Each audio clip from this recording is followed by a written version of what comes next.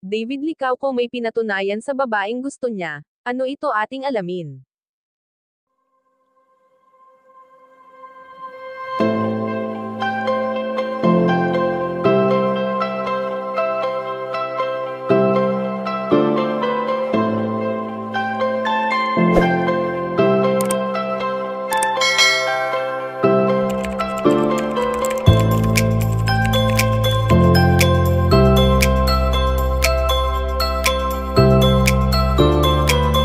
Kamakailan nga lang nang ibinahagi ng binatang si David Licauco sa social media ang pagbubukas ng kanyang negosyo na pinangalanang Sobra Cafe na kaka-open sa Opus Mall.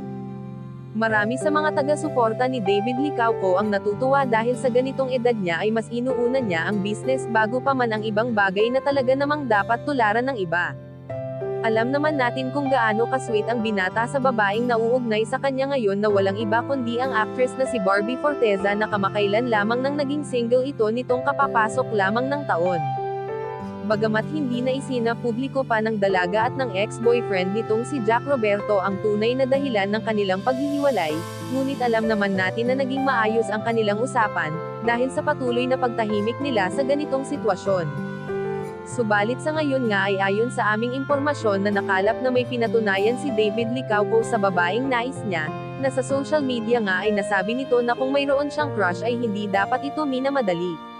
Bagamat walang pinangalan ang binata kung sino ang kanyang tinutukoy, ngunit sa isip ng mga solid fans ng Barga ay ito ay para kay Barbie Forteza dahil sa ibang saya ang makikita natin sa kanilang mga mata sa tuwing sila ay magkasama.